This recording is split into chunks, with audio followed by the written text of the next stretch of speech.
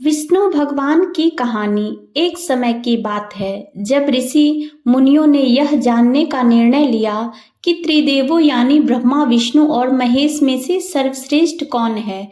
इस बात का पता लगाने की जिम्मेदारी भृगु ऋषि को दी गई। भृगु ऋषि इस बात का पता लगाने के लिए सबसे पहले ब्रह्मलोक गए और वहां पहुंचकर ब्रह्मदेव की परीक्षा लेने लगे। उन्होंने सीधे क्रोध में पूछा, आपने मुझे प्रणाम क्यों नहीं किया।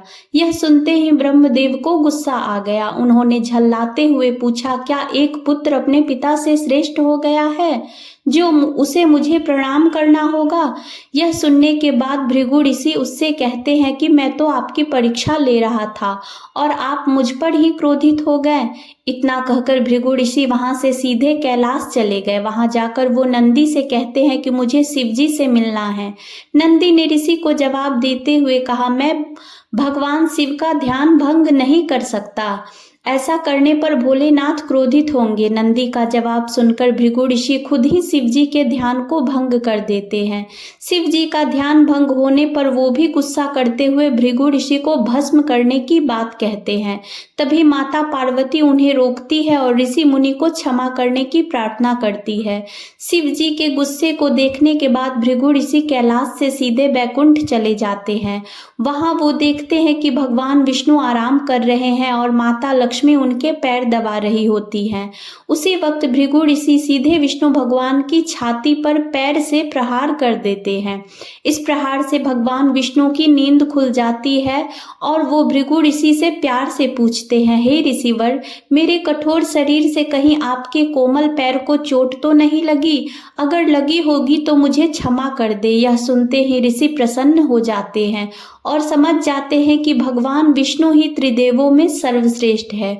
माँ लक्ष्मी भी यह सब होते हुए देखती है। वो गुस्से में कहती है, नाथ, उन्होंने आपको पैर से मारा और आप इस तरह प्रेम भाव दिखा रहे हैं। क्रोध में वो भगवान विष्णु को छोड़कर बैकुंठ से सीधे धरती चली जाती है और महाराष्ट्र के कोल्हापुर में रहने लगती है। माता लक्ष्मी के बैकुंठ छोड़कर चले जाने पर भगवान विष्णु को लगता है कि उनका सम्मान और संपत्ति नष्ट हो गई है। इसी वजह से उनका मन काफी अशांत रहने लगा। फिर वो माता लक्ष्मी की तलाश पर धरती पर चले जाते हैं। धरती जाकर भगवान विष्णु श्रीनिवास नामक व्यक्ति बनकर माता लक्ष्मी को ढूंढने लगते हैं। माता लक्ष्मी को ढूंढते ढूंढते वो वेंकटचल पर्वत में स्थित बकुला माई के आश्रम पहुंच जाते हैं। वहां बकुला माई ने उनका आदर पूर्वक स्वागत किया और उन्हें आश्रम में ही रहने के लिए कहा। उस आश्रम में भगवान आराम से श्रीनिवास बनकर रहने लगे। कुछ दिन बाद वहां एक हाथी आ जाता है जो सबको परेशान करता है। यह देख श्रीनिवास धनुष बाण लेकर हाथी की ओर दौड़ते हैं। उन्हें आता देख हाथी डरकर घने जंगल में भाग जाता है। श्रीनिवास उस हाथी का पीछा करते हुए थककर एक सरोवर के पास पेड़ की छाया में आराम करने लगते हैं और कुछ ही देर में उन्हें नींद आ जाती है। नींद में वो कुछ युवतियों का शोर सुनते हैं जिससे उनकी नींद टूटती है। आंखें खोलते ही वो खुद को 5-6 युवतियों से घिरा पाते हैं।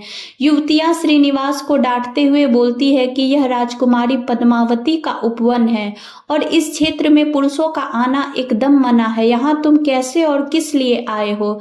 श्रीनिवास जवाब दे ही रहे थे कि तभी उनकी नजर वृक्ष के पीछे से झांकती राजकुमारी पद्मावती पर पड़ी। वो उसे देखते ही रह गए। कुछ देर में वो युवतियों को बताते हैं कि मैं एक हाथी का पीछा करते हुए यहाँ पहुंचा हूँ। मुझे बिल्कुल भी पता नहीं था कि यहाँ पुरुषों का आना मना है। मुझे क्षमा कर दे। इतना कहकर वो बकुला माई के आश्रम लौट जाते हैं। आश्रम लौटने के बाद श्रीनिवास का किसी भी काम में मन नहीं लगा। तब एक दिन बकुला माई उनसे उनकी उदासी का कारण पूछती है। उदास होकर श्रीनिवास पद्मावती के बारे में उन्हें बताते हैं और कहते हैं कि मैं उनके बिना नहीं रह पाऊंगा। बकुला माई उन्हें कहती है कि ऐसा सपना न देखिए जो पूरा न हो सके। वह एक प्रतापी राजा चोल नरेश आकाश राज की बेटी है और आप एक आश्रम में रहने वाले कुल व गोत्रहीन युवक है। कुछ देर सोचने के बाद श्रीनिवास कहते हैं कि माँ, एक तरीका है, बस आपको मेरा साथ देना होगा। बकुला माई श्रीनिवास का प्यार देखकर हाँ कह देती है। दूसरे दिन श्रीनिवास ज्योतिष विद्या में निपुण औरत का वेश धारण करके आकाश राजा आकाश के नगर नारायणपुर पहुंचते हैं। उनकी विद्या की वजह से हर तरफ उनकी चर्चा होने लगती है। होते होते एक दिन राजा ने उन्हें अपनी बेटी पद्मावती का हाथ देखने के लिए श्रीनिवास को अपने महल बुलवाया। वहां पहुंचकर उन्होंने राजकुमारी के हाथों की रेखा देखी और कहा कि कुछ दिन पहले एक युवक से वन में तुम्हारी मुलाकात हुई होगी। पद्मावती ने जवाब दिया, हाँ।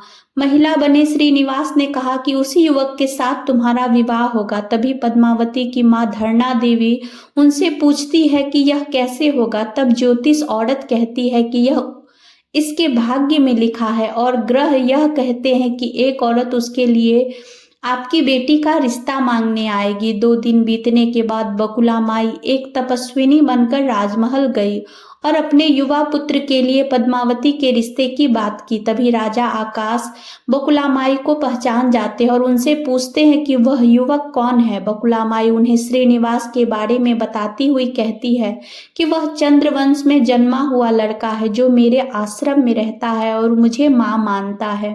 राजा उनकी बात सुनने के बाद बकुला माई से सोचने के लिए कुछ दिन मांगते हैं। फिर राजा ने अपने राजपुरोहित को बुलाकर इस बारे में चर्चा की। सब कुछ जानने के बाद राजपुरोहित श्रीनिवास के बारे में पता लगाने में जुट जाते हैं। श्रीनिवास के बारे में अच्छे से पता करके वह राजा को कहते हैं कि महाराज, उसमें भगवान विष्णु के समान गुण है और उसकी पुत्री आपकी पुत्री लक्ष्मी जैसी है। ऐसे में यह वर आपकी पुत्री के लिए सुयोग्य है। यह सुनकर राजा तुरंत बकुला माई के आश्रम में अपनी स्वीकृति के लिए विवाह की लग्न पत्रिका भिजवा देते हैं। श्रीनिवास और बकुला माई को राजा की मंजूरी से जितनी खुशी हुई उतनी ही चिंता होने लगी। दोनों के मन में होता है कि उनके पास शादी कराने के लिए पर्याप्त धन नहीं है और न ही विवाह के बाद लड़की के रहने के लिए घर। तब बकुला माई श्रीनिवास को लेकर वराह स्वामी के पास जाकर उन्हें श्रीनिवास के शादी में खर्च के लिए धन की कमी की समस्या के बारे में बताती है। तब वराह स्वामी 8 दिक्पाल का आवाहन करते हैं। तभी वहां ब्रह्मा, शंकर, इंद्र, कुबेर आदि देवता प्रकट हो जाते हैं। फिर वराह स्वामी श्रीनिवास से कहते हैं कि तुम खुद ही इन्हें अपनी समस्या के बारे में बताओ। श्रीनिवास देवताओं से पूछते हैं कि मैं चोल नरेश राजा आकाश की पुत्री पद्मावती से शादी करना चाहता हूँ, पर मेरे पास शादी के लिए धन नहीं है। मुझे क्या करना चाहिए? इंद्रदेव यह सब सुनकर कुबेर से कहते हैं कि तुम शादी के लिए इन्हें ऋण दे दो। जवाब में कुबेर बोलते हैं कि मुझे ऋण देने में कोई परेशानी नहीं है, बस यह सुनिश्चित कर दीजिए कि मुझे धन वापस कब और किस तरह से मिलेगा। तब श्रीनिवास ने कहा, आप चिंता न कीजिए कुबेर देव, मैं कलयुग के अंत तक पूरा ऋण चुका दूंगा। फिर कुबेर ने देवताओं को साक्षी रखकर श्रीनिवास को ऋण दे दिया। उन पैसों से वह पद्मावती से बड़े धूमधाम के साथ शादी करते हैं। तभी उनकी शादी की सूचना लेकर नारद जी कोल्हापुर पहुंच जाते हैं और माँ लक्ष्मी को सारी बातें बता देते हैं। जैसे ही माता लक्ष्मी को पता चलता है कि विष्णु जी ने श्रीनिवास बनकर पद्मावती से शादी करके वेंकटचल पर्वत पर रह रहे हैं तो वह उदास हो जाती है। कुछ ही देर में वो सीधे विष्णु भगवान से मिलने के लिए वेंकटचल पहुंच जाती है। वहां वो देखती है कि पद्मावती बड़े प्यार से श्रीनिवास की सेवा कर रही है। माँ लक्ष्मी से रहा नहीं जाता और वो उन्हें बुरा भला कहने लगती है। आखिर में वो पद्मावती को बताती है कि ये श्रीनिवास नहीं बल्कि मेरे पति विष्णु हैं, तुमने इनसे कैसे विवाह कर लिया। फिर माता लक्ष्मी और पद्मावती के बीच बहुत देर तक वाद विवाद होने लगता है।